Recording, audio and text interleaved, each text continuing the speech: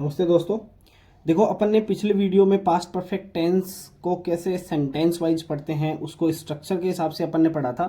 ठीक है, तो आज अपन अभी इस वीडियो में देखेंगे कि use of past perfect tense अपन कहाँ कहाँ करते हैं। ठीक है, पास्ट परफेक्ट टेंस का अपन यूज कहाँ कहाँ करते हैं उसके हिसाब से हम इसको पढ़ेंगे। ठीक है, ओके। तो चलो देखते हैं कि, और हाँ, आपको स्ट्रक्चर तो पास्ट परफेक्ट टेंस का मैंने ऑलरेडी बता दिया है लास्ट वीडियो में। अगर जिस किसी ने भी लास्ट वीडियो पास्ट परफेक्ट के स्ट्रक्चर वाले से वीडियो की नहीं देखी है तो प्लीज़ आप इस वीडियो के लिंक में आपको वो मिल जाएगी। ओके, सो मैं एक बार थोड़ा सा रिवाइज कर देता हूँ। ओके, देखो, पास्ट जो परफेक्ट है उसमें क्या होता है कि subject plus head plus third form of the verb और ऑब्जेक्ट। ठीक है, इसका यूज करते हैं अपन ज़्यादातर। ये अपना बेसिक स्ट्रक्चर होता है। ठीक है, ये अपना बेसिक स्ट्रक्चर किसका होता है? पास्ट परफेक्ट टेंस का अपना बेसिक स्ट्रक्चर होता है। ओके, सो देखते हैं अपन आगे की तरफ। ठीक है, अब देखो, इसमें सब्जेक्ट है, हेड है, वर्ब की थर्ड फॉर्म है और ऑब्जेक्ट है। इसमें हेड का यूज अपन सिंगुलर और प्लूरल दोनों टाइप के सब्जेक्ट्स के साथ कर सकते हैं। ओके, और अब देखते हैं अपन आगे की तरफ की। ये तो अपना अफर्मेटिव सेंटेंस हो गया। नेगेटिव सेंटेंस में नोट लग जाएगा यहाँ पे। ठीक है, और जो अपना सी बनेगा, इट मीन्स इंटरोगेटिव सेंटेंस में तो हेड पहले आ जाएगा सब्जेक्ट के, और अपना डबल इंटरोगेटिव सेंटेंस में क्या होगा कि उसी हेड के आगे WH वर्ड लग जाएगा, तो वो डबल इंटरोगेटिव सेंटेंस बन जाएगा। ओके, सो देखते हैं अपन आगे की तरफ। अब देखो, रूल नंबर 1 क्या कहता है? रूल नंबर ये है कि ऐसी दो घटनाएं या कार्य, मतलब ऐसी दो घटनाएं हो सकती है या कोई दो कार्य हो सकते हैं जो एक निश्चित समय, या तो कोई निश्चित समय होगा या कोई निश्चित घटना होगी, उसके बाद में वो क्या होता है, दूसरी घटना या कार्य पूर्ण होता है। इट मीन्स मैं कहना चाहता हूं कि आपकी दो घटनाएं पैरेलल में चलती है। मान लो आपकी ए घटनाएं ए है, वो पैरेलल में दूसरी घटना बी के पैरेलल में चल रही है। ठीक है, अब कौन सी घटना पहले हो रही है, कौन सी घटना बाद में हो रही है, इस चीज पे डिस्कस करेंगे अपन। तो देखो, इसमें क्या है कि ऐसी दो घटनाएं या दो कार्य जो एक निश्चित समय या घटना के बाद दूसरी घटना या कार्य पूर्ण हुआ हो, मतलब पहले एक घटना कंप्लीट हुई हो, उसके बाद में दूसरी घटना घटी हो। इसमें क्या होता है, इसमें अपन बिफोर का नियम लगाते हैं। बिफोर का मतलब क्या होता है, पहले, और आफ्टर का मतलब क्या होता है, बाद में। देखो दोस्तों, मैं आफ्टर और बिफोर को आपको बेस्ट तरीके से बताने वाला हूं। शायद अगर ये कंसेप्ट, शायद ही कहीं आपने ये कंसेप्ट देखा होगा कि आफ्टर और बिफोर को कोई ट्रिकी तरीके से समझा सके। ठीक है दोस्तों, तो मैं आपको एक ट्रिकी तरीके से इसको समझाने वाला हूं। ठीक है, देखो, ट्रिकी तरीके से ऐसे हैं कि आफ्टर के बाद में, ठीक है, आफ्टर के बाद में आपको क्या लगाना है, पास्ट परफेक्ट लगाना है। आफ्टर के बाद में आपको क्या लगाना है, पास्ट परफेक्ट लगाना है। और बिफोर के बाद में आपको पास्ट इंडेफिनिट लगाना है। बिफोर के बाद में पास्ट इंडेफिनिट लगाना है। ठीक है, अब मुझे कैसे याद हुआ ये चीज? अब देखो, इसको यहां ले आओ, पास्ट परफेक्ट को यहां ले आओ।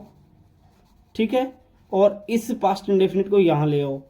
ठीक है, पास्ट इंडेफिनिट को मैं क्या यहां ले आया। अब मुझे कैसे पता चला? तो मैंने इसकी शॉर्ट ट्रिक निकाल रखी है। शॉर्ट ट्रिक को अपन कैसे तैयार करेंगे? ओके, तो शॉर्ट ट्रिक को याद ऐसे करेंगे, जैसे मान लो अपने घर में, जैसे मान लो कि मैं बोलूं कि बिट्टू, B2, मैंने क्या बोला, B2। जैसे मान लो अपने घर में किसी का नाम बिट्टू होता है, तो अपन इसको बिट्टू से याद रखेंगे। ठीक है, तो इसको तैयार करेंगे 3B2। 2 यहाँ पे क्या है, वर्ब की सेकंड फॉर्म है। 3 यहाँ पे क्या है, वर्ब की थर्ड फॉर्म है। इट मीन्स सेकंड फॉर्म किस में यूज होती है, पास्ट इंडेफिनिट में यूज होती है कि नहीं होती है? ठीक है, पास्ट इंडेफिनिट में यूज होती है। सही है, सही बोल रहा हूं क्या? नहीं, पास्ट इंडेफिनिट यहाँ पे है। देखो दोस्तों, पास्ट इंडेफिनिट में वर्ब की सेकंड फॉर्म यूज होती है। बिफोर आ गया तो बिफोर का मैंने बी लिया, ये रहा। पास्ट इंडेफिनिट सेकंड फॉर्म में 2 लिया, ये रहा। और पास्ट परफेक्ट में थर्ड फॉर्म लगाते हैं तो ये रहा। तो इसको मैं क्या नाम दूंगा, इस स्ट्रक्चर को मैं क्या नाम दूंगा, 3B2। ठीक है, इसको मैं B2 3B बोल सकता हूं। कैसे? क्योंकि बिफोर सेंटेंस के पहले स्टार्टिंग में भी आ सकता है। ओके, अब देखो आगे, इसका उल्टा क्या करेंगे ना, तो मान लो बिफोर की जगह मैं आफ्टर करता हूं, 2 की जगह 3 कर दो और 3 की जगह 2 कर दो, तो 2A3 हो जाएगा। जिसको 3B2 या B2 3 याद हो जाएगा ना, उसको क्या याद होगा, A3 2B याद हो जाएगा। तो आप तो बस इतना याद रखो, B2 3 A3 2। मेरा दावा है कि आप लोग 10th क्लास की बोर्ड एग्जाम में हमेशा इससे रिलेटेड क्वेश्चन डेफिनेटली करता है। चाहे आप पिछले 4-5 साल के क्वेश्चन उठा के देख लीजिए, बोर्ड क्लास आरबीएससी 10वीं क्लास के क्वेश्चन, आपको correct form of the verb का एक क्वेश्चन बिफोर और आफ्टर से जरूर मिलेगा और अपने इसी फॉर्मूले से मिलेगा। ठीक है, तो आप एक बार जरूर ट्राई करके देखिए। ठीक है, आपको बहुत कुछ नया सीखने को मिलेगा अपने यहाँ पे। ओके, देखो अब पास्ट परफेक्ट टेंस मैंने आपको बता दिया, बिट 3B2 मैंने आपको बता दिया, 3 to B। ठीक है, I had reached college, I had reached college before the principal came.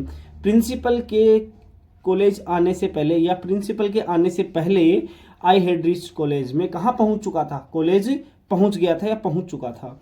Before the principal came, before the principal came, अब देखो यहाँ पे बिफोर पहले आ गया, तो बिफोर द प्रिंसिपल केम का मतलब प्रिंसिपल के आने से पहले आई हैड रीच्ड कॉलेज, मैं कॉलेज में पहुंच गया था, पहुंच चुका था भी मैं बोल सकता हूँ यहाँ पे। अब देखो कंजक्शन, अब देखो यहाँ पे अपन ने बिफोर यूज किया ना, इस बिफोर में अपन कंजक्शन का कौन कौन सा कंजक्शन का, व्हेन का, बिफोर आई गया, आफ्टर, एज, सुन एज, इनका भी प्रयोग वाक्य के संदर्भ के अनुसार, मतलब वाक्य का सेंस क्या कह रहा है उसके अनुसार इसका यूज कर सकते हैं। ओके, अब देखो when I reach the station, जब मैं कहाँ पहुंचा, स्टेशन पहुंचा, the train had already left, train already जा चुकी थी, मतलब यह है कि जब मैं स्टेशन पहुंचा तो ट्रेन ऑलरेडी जा चुकी थी।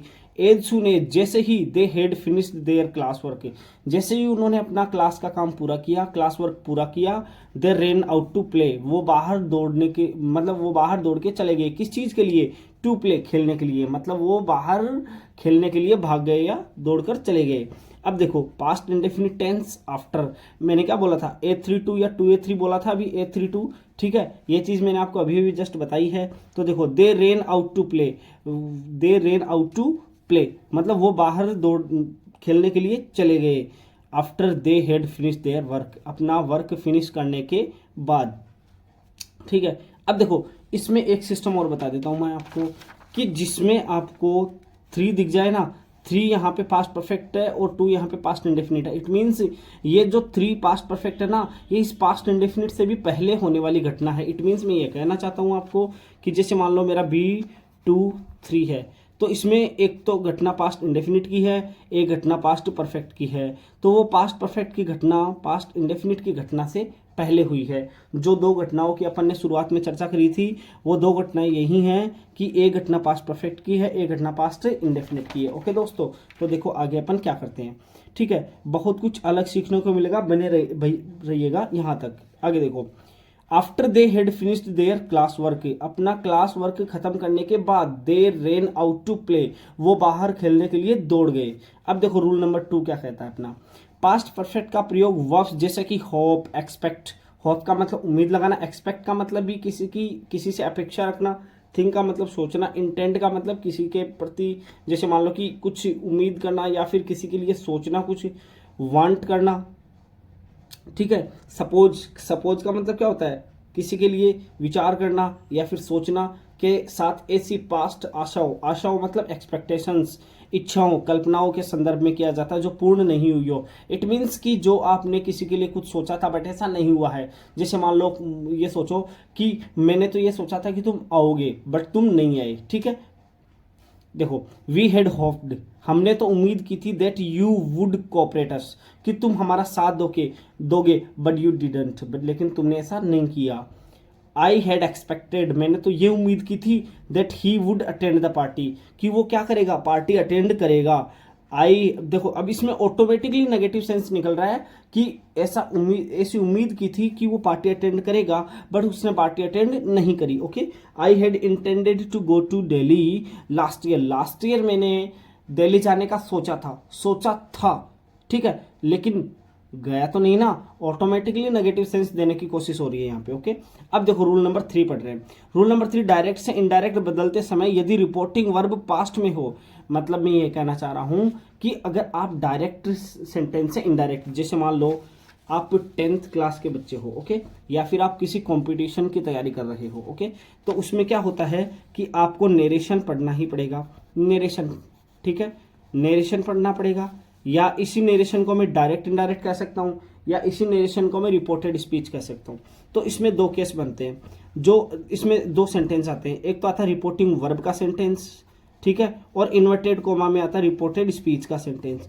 तो जो आपकी रिपोर्टिंग वर्ब है ना, ये रिपोर्टिंग वर्ब अगर पास्ट के अंदर है, पास्ट टेंस के अंदर, अगर इस रिपोर्टिंग वर्ब के अंदर सेड आ गया या सेड टू आ गया या सेड टू आ गया, तो इस रिपोर्टेड स्पीच के अंदर आपको पास्ट इंडेफिनिट दिया हुआ है वो पास्ट परफेक्ट में चला जाएगा। देखो मैंने यहाँ पे लिख रखा है आपके लिए, डायरेक्ट से इनडायरेक्ट बदलते समय यदि रिपोर्टिंग वर्ब पास्ट में हो तो पास्ट इंडेफिनिट टेंस और पास्ट परफेक्ट टेंस, देखो दो, सॉरी प्रेजेंट परफेक्ट टेंस है ना, यहाँ पे मैं कह सकता हूँ कि कौन सा टेंस है मेरा, यहाँ पे मेरा कौन सा टेंस है, प्रेजेंट परफेक्ट टेंस है। यहाँ पे मेरा कौन सा टेंस है, प्रेजेंट परफेक्ट टेंस है। कि अगर मेरा रिपोर्टेड स्पीच के अंदर, देखो इस रिपोर्टेड स्पीच के अंदर मेरा टेंस क्या दे रखा हो, प्रेजेंट परफेक्ट टेंस या पास्ट इंडेफिनिट दे रखा हो, तो उसको डायरेक्ट से इनडायरेक्ट बनाते समय मुझे पास्ट परफेक्ट टेंस में बदलना पड़ेगा। एग्जाम्पल के साथ अपन यहाँ पे इसको समझेंगे बहुत ईजिली। देखो, ही सेड टू मी, उसने मुझसे कहा, my brother head already, my father head already bot A car. देखो इधर ही टोल्ड मी, अब सेड टू किस में चला जाएगा, टोल्ड में। अगर सेड अकेला होता तो सेड में ही रहता, लेकिन सेड के साथ टू आ गया तो टोल्ड में चला जाएगा। ये अपन नरेशन के टॉपिक में फर्दर इसको डिस्कस करेंगे बहुत डिटेल में। ओके, सो बने रहिए अपने वीडियो में। He told me that his father, उसने मुझे बताया कि उसके पापा। अब यहाँ पे माई की जगह हिज कैसे आया, ये केस कंप्लीटली डिटेल में समझने का है, तो अपन इसको नरेशन के एक फर्दर वीडियो में डिटेल में समझेंगे। His father had already bot A car, उसके पापा ने ऑलरेडी एक कार खरीद ली थी। सी सेड टू मी, उसने मुझसे कहा, आई कंप्लीटेड माई वर्क। अब देखो यहाँ पे क्या है, हेज प्लस वर्ब की थर्ड फॉर्म है ना, बोट हेज बोट आ गया ना, तो इसमें ये प्रेजेंट परफेक्ट हो गया, तो देखो ये पास्ट परफेक्ट में जा रहा है। और इधर देखो ये told me that second form है, सेकंड फॉर्म पास्ट इंडेफिनिट में होती है, यू ऑलरेडी नो। फिर क्या होता है, सी हैड कंप्लीटेड। ठीक है, अब यहाँ आई के जगह सी कैसे आया वो अपन डिटेल में पढ़ेंगे इसको नरेशन के टॉपिक में। वर्ब की सेकंड फॉर्म पास्ट इंडेफिनिट से पास्ट परफेक्ट में चला गया। ओके दोस्तों, तो चलिए अगले रूल की तरफ चलते हैं। रूल नंबर 4 क्या कहता है, पास्ट परफेक्ट का प्रयोग ऐसे एक्शन हेतु since for always, past perfect का प्रयोग ऐसे एक्शन हेतु सिंस फॉर ऑलवेज के साथ किया जा सकता है जो at the time of speaking, मतलब अगर आपको कोई कुछ कह रहा है, मतलब आपको स्पीकर कुछ कह रहा है और उससे पहले कोई भूतकाल में शुरू हो चुके काम होते हैं, इट मीन्स कि कोई पास्ट में काम शुरू हो चुका होता है, तो उसके लिए अपन पास्ट परफेक्ट का यूज करते हैं। कैसे, Arjun had been a teacher for 10 years. It means कि अगर आज मैं बोलूँ तो मैं बोल सकता हूँ कि मैं पिछले 5-6 सालों से पढ़ा रहा हूँ, तो इसमें क्या हो जाएगा, I had been a teacher, कि मैं एक टीचर रहा हूँ फॉर 5 ईयर्स और 6 ईयर्स। ओके, अब देखो, Rahul had been a soldier since he was 17, जब से राहुल कितनी साल का था, 17 का था ना, तब से वो एक सोल्जर है। अब देखो कंडीशनल सेंटेंस, बेटा अब देखो आप इसमें कंडीशनल सेंटेंस अगर पढ़ते हो तो कंडीशनल सेंटेंस किसमें, जैसे मान लो कि आप कंडीशनल सेंटेंस को ओपन कंडीशन में, जैसे ऑलरेडी 4 होती है, ये 0 होती है, पहले सबसे पहले 0 कंडीशन होती है, 0 कंडीशन के बाद में ओपन कंडीशन आती है, ओपन कंडीशन के बाद में इमेजिनरी कंडीशन आती है, इमेजिनरी कंडीशन के बाद में इम्पॉसिबल कंडीशन आती है। ओके, तो ये जो इम्पॉसिबल कंडीशन है ना, जो ये आपकी इम्पॉसिबल कंडीशन है, इमेजिनरी कंडीशन है, ओपन कंडीशन है, इन कंडीशंस को अपन एक फर्दर डिटेल वीडियो में पढ़ने वाले हैं। यहाँ पे मैं केवल आपको एक कंडीशनल सेंटेंस की डिटेल, मतलब केवल एक नॉर्मल सेंटेंस के रूप में बताने वाला हूँ। जैसे मान लो कि ये इम्पॉसिबल कंडीशन का सेंटेंस होगा, ध्यान रखना। ओके, अब जैसे देखो, इफ आएगा आपका सेंटेंस, इफ से स्टार्ट होगा, इफ पास्ट परफेक्ट आएगा, शुड वुड कुड माइट, ये कहाँ से आया डिटेल में पढ़ेंगे इसको, हैव प्लस वर्ब की थर्ड फॉर्म। अब देखो मॉडल है तो अपने साथ फर्स्ट फॉर्म लेगा जो हैव यहाँ पे आएगी हेल्पिंग वर्ब के रूप में। ओके, देखो, if he had met me, अगर वो मुझसे मिल लिया होता, I would have given him my book, तो मैं उसको अपनी बुक दे देता। कहना ये चाह रहा है कि अगर वो मुझसे पहले मिल लिया होता, टाइम से पहले, तो मैं उसको ऑलरेडी अपनी बुक दे चुका होता।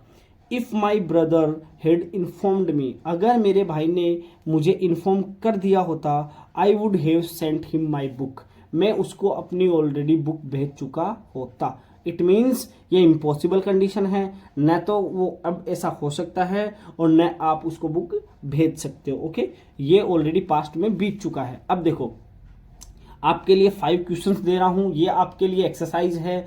आप प्लीज़ कमेंट में, यहाँ तक अगर अपने वीडियो में पहुँच चुके हो तो प्लीज़ कमेंट में इनके आंसर्स प्लीज़ मुझे बताते जाइएगा, जिससे मुझे लगेगा कि आप वीडियो में इंटरेस्ट ले रहे हो और वाकई में मेरे से कुछ सीख रहे हो। So thank you so much. देखो पहला क्या है, before he became president he work as an actor. अब इसमें क्या आएगा वो आपको पता करना है। ये 5 सेंटेंसेज आपको मैंने दे दिए हैं। इन 5 सेंटेंसेज को आपको बहुत अच्छे से तरीके से शांति से इनको देखना है और पांचों के आंसर आपको अपनी कमेंट बॉक्स में देना है। ओके, सो अगर अभी तक आपने अपने चैनल को सब्सक्राइब नहीं किया है, इस वीडियो को लाइक एंड इस वीडियो का पे कमेंट नहीं किया, तो प्लीज़ पहले इस वीडियो को लाइक कीजिए, फिर इस वीडियो पे कमेंट कीजिए, देन आप अपने चैनल को सब्सक्राइब कीजिए अगर आपने अपने चैनल को अभी तक सब्सक्राइब नहीं किया है। Okay, so thank you so much. अपने दोस्तों में शेयर कीजिए इसको, जिसको भी इंग्लिश में प्रॉब्लम है अपने डिटेल्ड वीडियो को उनके साथ शेयर कीजिए।